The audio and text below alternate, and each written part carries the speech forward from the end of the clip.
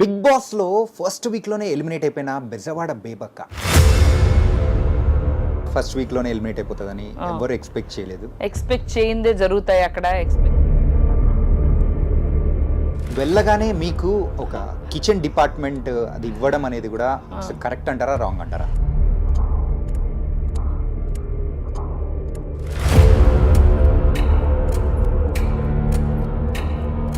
కానీ ఒక కుక్కర్ అన్న పదం వాడిన ఫుల్ మైండ్ గేమ్ ఆడుతున్న కంటెస్టెంట్ ఎవరు అంటారు మీ దృష్టిలో?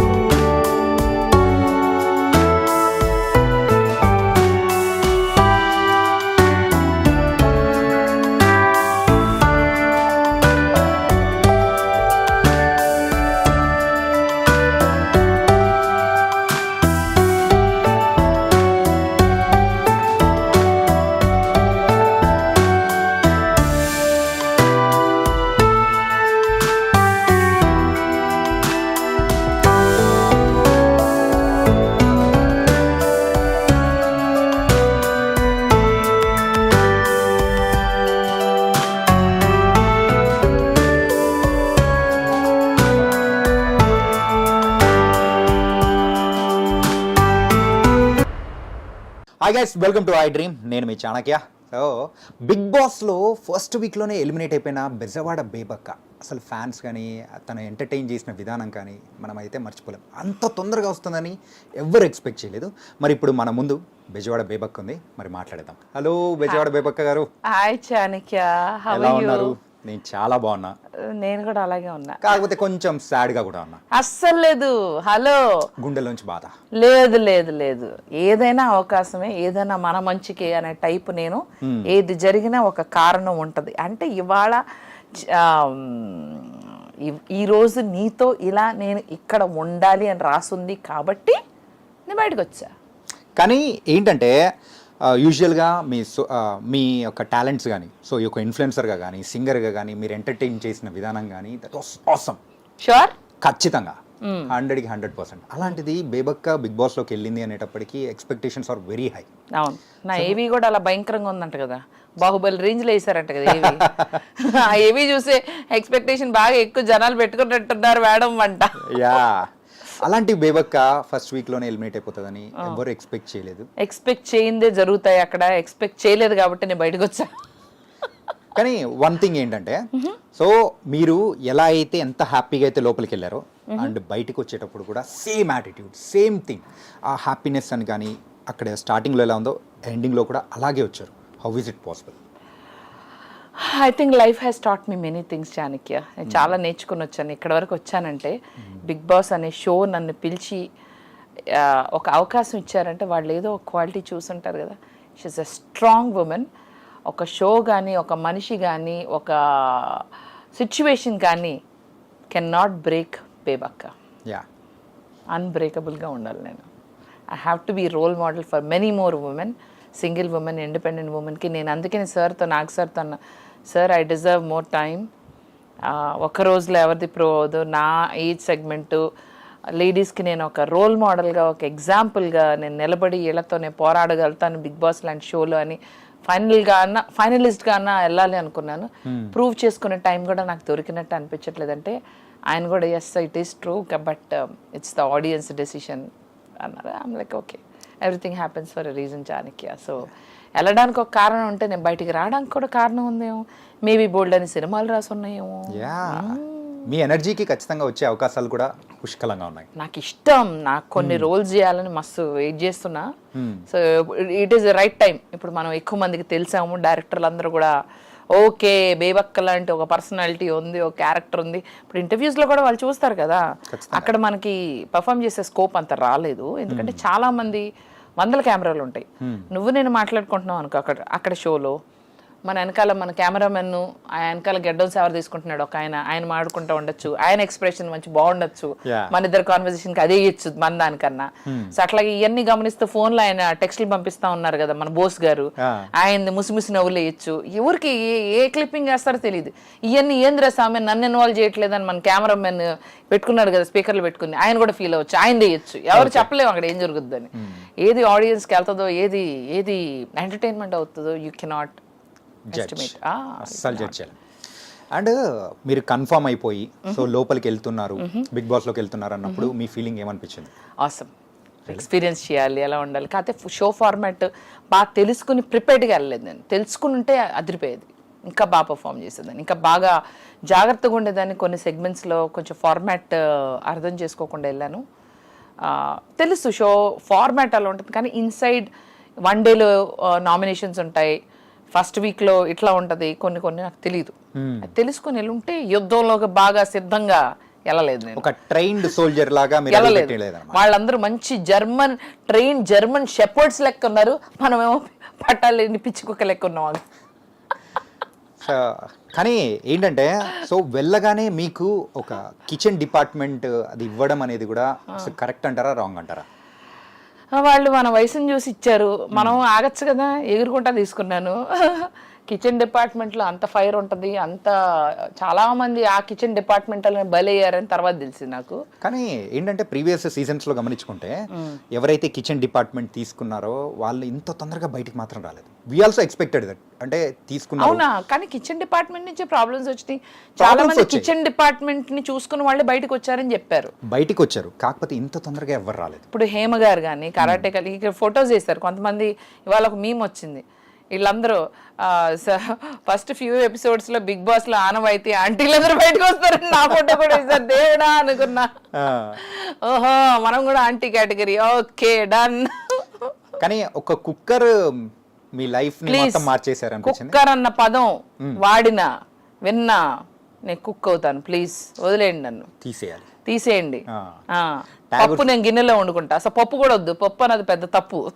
ఇంట్లోంచి కుక్కర్ని అయితే మొత్తం డిలీట్ చేసేస్తారు. కుక్కర్ పప్పు నాకు వద్దు ప్రస్తుతానికి, అవి నాకు పీడకల్లు అనమాట. ఓకే. అండ్ మీరు ఈ 1 వీక్లో గమనించిన కంటెస్టెంట్స్లో మెయిన్గా అయితే సో బాగా ట్రైన్డ్ అయ్యి వచ్చేసారు అని చెప్పేసి మీరు అంటూ ఉన్నారు. సో అంత బాగా ట్రైన్ అయ్యి ఫుల్ మైండ్ గేమ్ ఆడుతున్న కంటెస్టెంట్ ఎవరు అంటారు మీ దృష్టిలో? నిఖిల్ ఒకడు బాగా ట్రైన్, బాగా స్ట్రాటజీతో వచ్చాడు. అలాగే అభయ్ నవీన్, సోనియా, వీళ్ళు ముగ్గురు బాగా పెద్ద ప్లానింగే. అంటే అండ్ ఇంకొకటి ఏంటంటే ఒక గ్రూప్ స్ట్రాటజీ వేసుకొని ఒక గ్రూపిజం అనేది కూడా మనం కొన్ని సీజన్స్ వింటూ ఉన్నాం. యా, సో ఈ గ్రూపిజం అనేది కూడా ఇప్పుడు ఉందా? మీరు చూస్తున్నారుగా ఈ సీజన్ లో, అంటే మీ మాటల్లో మీరు చూసారా లేదా? ఫస్ట్ ఫ్యూ ఎపిసోడ్స్ నా మాటలు నా నోటితోనే అన్ని చెప్పించాలా? మీరేం చెప్పరా? హాయిగా తెల్ల షర్ట్ వేసుకుని నాకేం అరగను, నేను అన్ని ఇలాగే మాట్లాడతా అని కూల్గా కూర్చుని నాతోనే అన్ని చెప్పిద్దామనా? ఇక్కడ కూడా బలి పశువు చేద్దామనా? బలి పశువు అని కాదు కదా, అయ్యాను అక్కడ మళ్ళీ ఇంకా ఎక్కడ అవ్వాలి. అట్లేం లేదు, అట్లనే ఉంది. డైరెక్ట్ చూస్తున్న వాళ్ళ ఎక్స్పీరియన్స్ అనేది డిఫరెంట్ ఉంటుంది. కొంచెం ఉంది, గ్రూపిజం ఉంది. నేను చెప్పను ఎవరు ఏంటన్నది, అది మీరు చూస్తే అర్థం అవుతుంది. నేను ఎందుకు చెప్పాలి? అన్ని నా నోటితో గ్రూపిజం ఉంది. ముందే కొంచెం మాట్లాడుకున్నట్టుగా వాళ్ళు ఆల్రెడీ వర్క్ చేసి ఉన్నారో తెలుసు, ఒకరికొకరు తెలుసు. సో వాళ్ళు ఒకరినొకరు సేవ్ చేసుకుంటున్నారు. ఒకళ్ళు నువ్వైతే నన్ను సేవ్ చేయి, నేనైతే నేను సేవ్ చేస్తా, అట్లా అనుకున్నట్టుగా నాకు అనిపించింది. అండ్ ఇంకొకటి ఏంటంటే సో ప్రజెంట్ లాస్ట్ ఫ్యూ డేస్గా మీరు ఎలిమినేట్ అయిపోయిన తర్వాత సో ఆ రోజు నైట్ అయితే సో ఎవరైతే మీకోసం ఏడ్చారో వెళ్ళిపోయేటప్పుడు అప్పగింతల టైప్లో ఏడ్చారు, కానీ వాళ్ళు అక్కడ లోపల చేసింది ఇట్ వాస్ అన్ యాక్టింగ్ అని చెప్పేసి తెలిసిన తర్వాత మీకు అనిపించిన థింగ్ ఏంటి? లోపలికి నేను బయటకు వచ్చినాక సీత పాపం ఏడ్చింది నేను చూశాను. And then Vishnupriya was sad, then again Nainika, వీళ్ళు ముగ్గురు బాధపడ్డారు, అది నాకు తెలుసు. So I felt it's a part of game, it's a part of life. కానీ నేను ఇదే మంచితనం ఇదిగా అలా ఉన్నాను కాబట్టి ఫస్ట్ ఫ్యూ డేస్ నన్ను నొక్కారు తొక్కారు అన్నట్టుంది. తర్వాత ఎవరు నన్ను తొక్కద్దని గొంతు లేపాను, లేపేసరికి బయట ఉన్నాను. కానీ ఆ గొంతు లేపేదేదో స్టార్టింగ్ లోనే లేపింటే ఇంకా తెలవాలిగా, అప్పుడే గొంతు లేపాలని నాకు తెలీదు. అదేమంటారు, ఎప్పుడు నెగ్గాలో కాదు అన్నయ్య, ఎప్పుడు తగ్గాలో, మా పవర్ స్టార్ పవన్ కళ్యాణ్ అన్నయ్య గారు డైలాగ్ రిపీట్ చేస్తూ ఓవర్ యాక్షన్ చేశాను నేను. సరైన టైంలో అంటే I don't know that first డేనే అన్ని పాయింట్అవుట్ చేయాలని నాకు తెలీదు.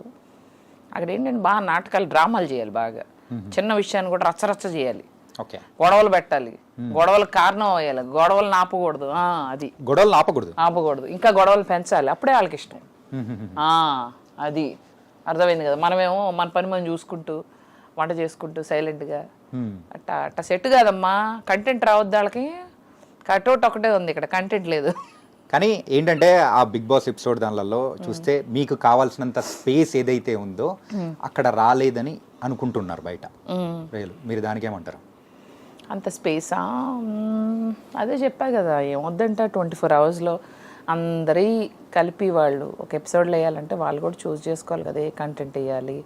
మేబీ నేను అంత ఎంటర్టైన్మెంట్ కంటెంట్ ఇవ్వలేదేమో, ఇచ్చానని ఫీల్ అయ్యానేమో.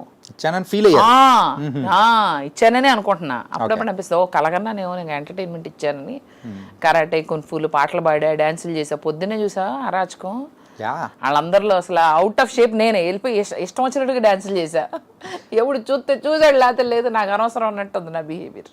కానీ అక్కడైతే మీరు అన్నట్టు అందరూ నాటకాలు ఆడుతున్నారు, కానీ బేబక్క మాత్రం నాటకాలు ఆడిందా? నాకు అసలు నాటకం ఆడే టైం కూడా ఇవ్వలేదు. కళ్ళు మూసి తెరిచే లోపల అయిపోయింది. టూ ఎర్లీ కదా to decide who is what, who is. ఏమన్నా నేను మాస్క్ వేసుకుని ఏమైనా చేద్దామన్నా కూడా ఏం లేదు, బయట ఉన్నాను. But I enjoyed the journey. ఒక విధంగా అలా ఎంజాయ్ చేసి అలా ఉండి బయటకు వచ్చా కాబట్టి కొత్తగా ఉంది. మళ్ళీ ఇంకోసారి వెళ్తే నాకు అర్థం అవుద్ది ఏం చేయాలన్నది. బయట నుంచి వస్తున్నా కదా. అండ్ మీ ఇప్పుడున్న కంటెస్టెంట్స్లో అయితే మీకు బాగా ఫేవరెట్ అనిపించిన వాళ్ళు ఎవరు? ఫేవరెట్ అంటే ఇష్టం, ఫేవరెట్ ఆర్ ఇష్టం, however you feel. Vishnupriya, Sita, వీళ్ళు ఏంటంటే స్ట్రాటజీలు లేకుండా మామూలుగా రియల్గా ఆడుతున్నారు. They are themselves. And then ప్రస్తుతానికి వీళ్ళిద్దరే. అండ్ నిన్న జరిగిన నామినేషన్స్ అనేది కూడా మీరు చూసారు కదా? లేదు, అసలు మీరు మీడియా నాకు ఛాన్స్ ఇవ్వట్లేదు. కబళించారు, నన్ను కబళించారు, చుట్టుముట్టారు. ఖచ్చితంగా ఏంటంటే బేబక్క బయటికి వస్తుంది అంటే మాకే అర్థం కాలేదు. ఆ షాక్లోనే ఇంకా ఏంటి ఎలా జరిగింది ఏంటి అనేది మరి మీ దగ్గర నుంచి మేము వినాలి కదా, అందుకోసమే అనమాట. అలాగే జరిగింది అలా జరిగింది, అక్కడ జరిగింది, అలానే జరిగింది, అందుకే ఇలా వచ్చాను. అండ్ సో ఇంతకుముందు అయితే బెజవాడ బేబక్క అంటే కేవలం కొన్ని లక్షల మందికి మాత్రమే తెలుసు. కాకపోతే బిగ్ బాస్ తర్వాత కోట్ల మందికి తెలుసారు. ఇప్పుడు నెక్స్ట్ మీ స్టెప్ ఎలా ఉండబోతుంది ఏంటి? సినిమాలు వస్తున్నాయి, యాడ్స్ వస్తున్నాయి, బ్రాండింగ్స్ అడిగారు, రెబ్బన్ కట్టింగ్లు అడుగుతున్నారు.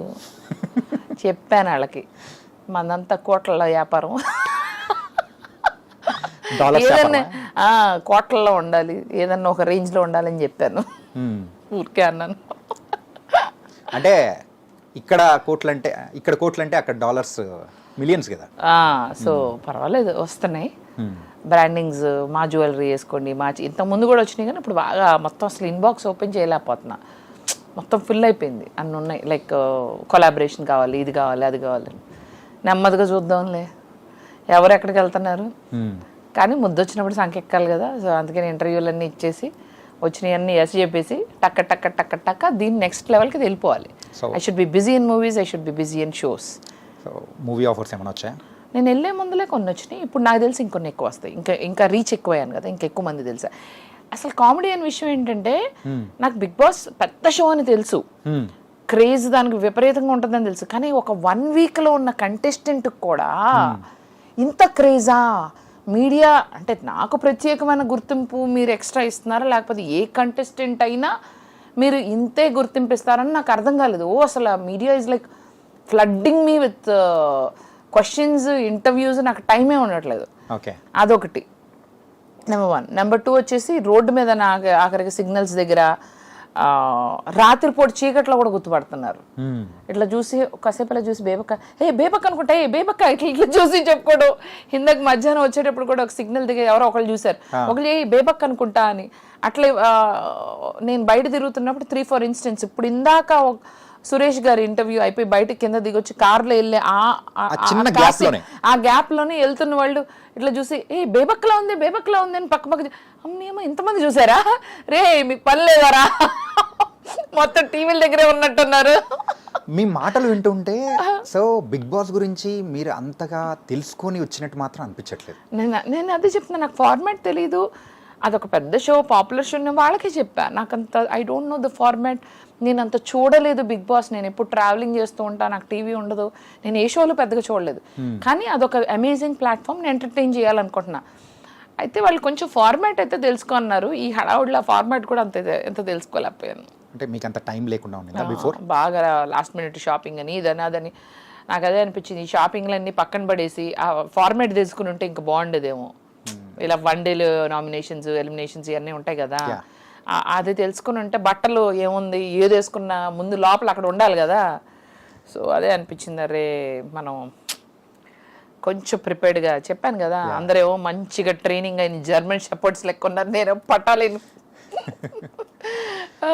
కానీ అంటే బిఫోర్ గోయింగ్ అప్పుడు కానీ ఎప్పుడైనా కానీ మీరు ఆ హౌస్లోకి అడుగు పెట్టేటప్పుడు సో మీకు ఒక అంటే రఫ్గా అనిపించుంటుంది కదా. సో మనం ఎలా ఏం చేసుకున్నా కానీ సో ఇన్ని వీక్స్ అయితే ఉండగలుగుతాను అని చెప్పేసి ఒక కాన్ఫిడెన్స్ మీకు మీరు చెప్పుకోవడం కానీ ఒకటి ఉండి ఉంటుంది కదా.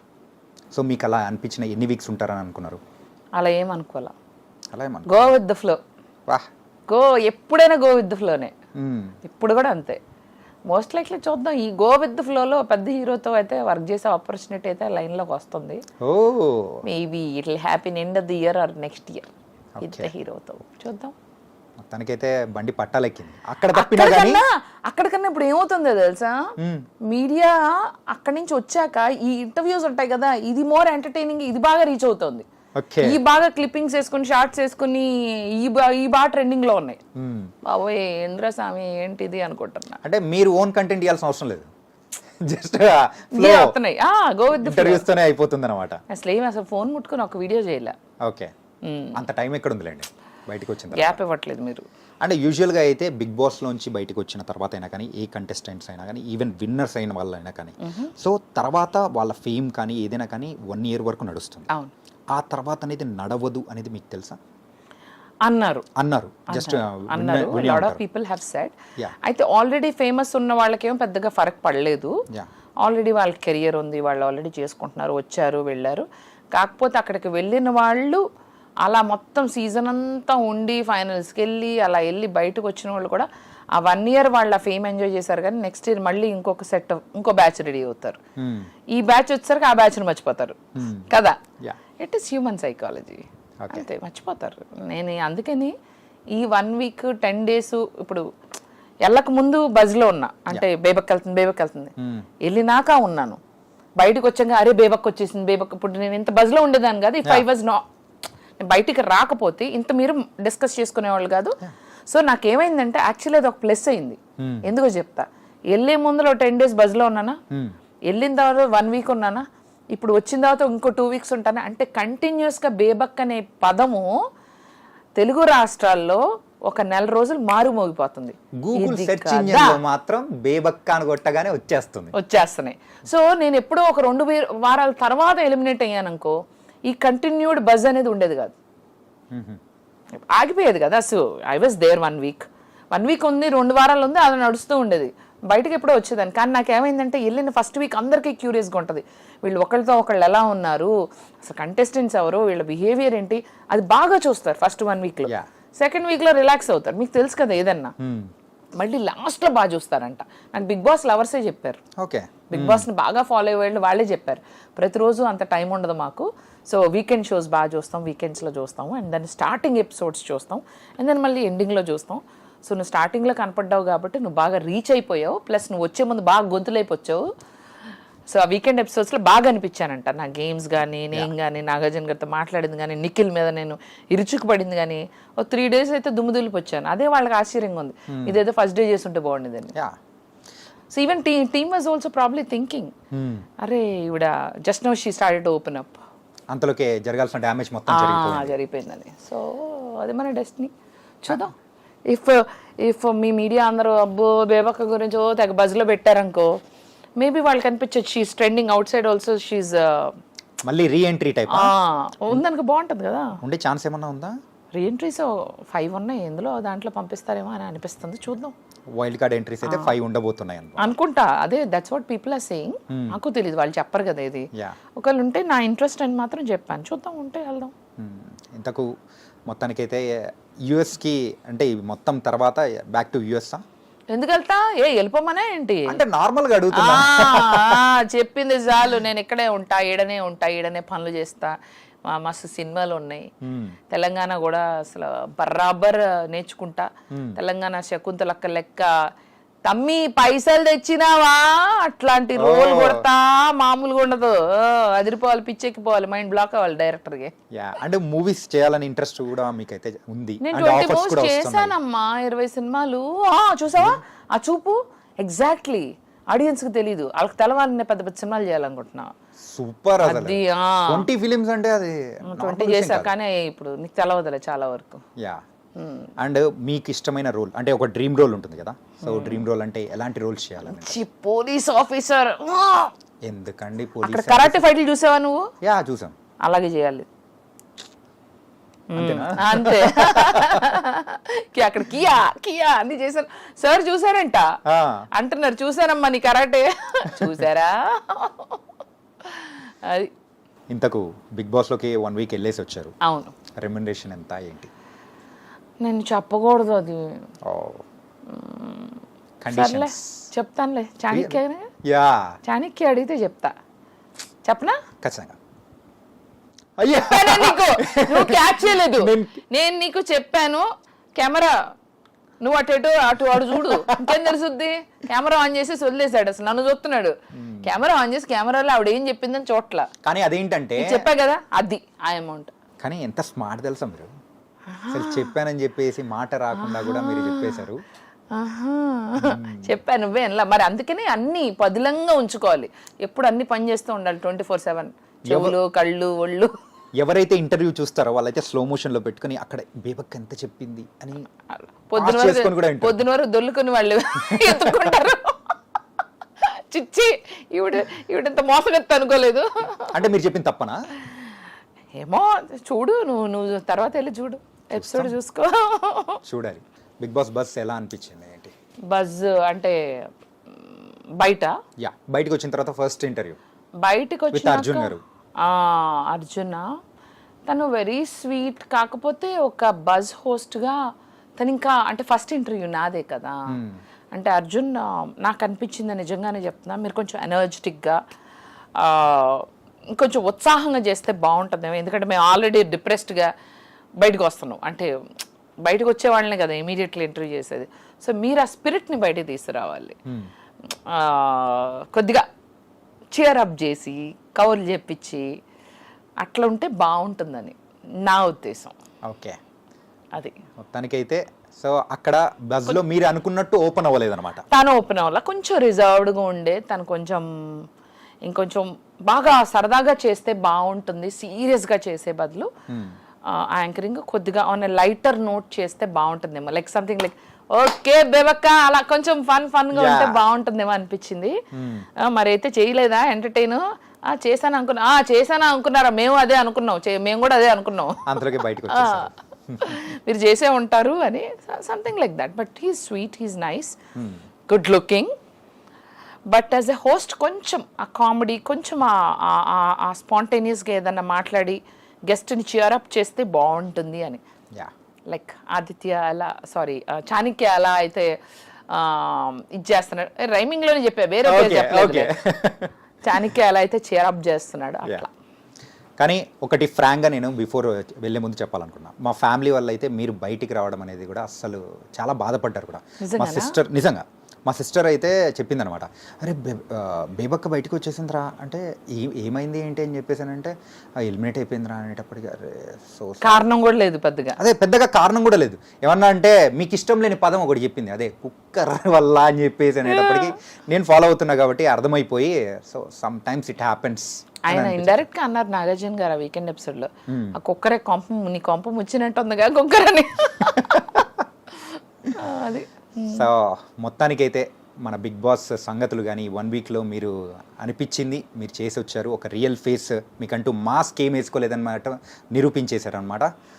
అండ్ బయటికి వచ్చిన తర్వాత మీకు బోల్డ్ అనే ఆఫర్స్ రావాలని కూడా మనస్ఫూర్తిగా కోరుకుంటున్నాను. Thank you. మాస్కే వేసుకోలేదు, నేనుగా ఉన్న ఒక నెగిటివ్ ఇమేజ్తో అయితే నేను బయటికి రాలేదు Chanakya. Yeah, so I'm happy for that. చాలామంది కొంతమంది అయితే నెగిటివిటీతో బయటకు వస్తారంటే నేను పాజిటివ్గా బయటకు వచ్చా. ఇంకా ప్రజల అభిమానం పెరిగింది, నాకు ఇంకా ఫాలోవర్స్ పెరుగుతున్నారు. I'm happy and thankful to Bigg Boss also. తొందరలో మిలియన్ కూడా కొట్టాలని కోరుకుంటున్నాం. Thank you and thank you I Dream for interviewing me and thank you Chanakya. Thank you nice to so meet much. You. Keep watching I Dream. Yeah, super.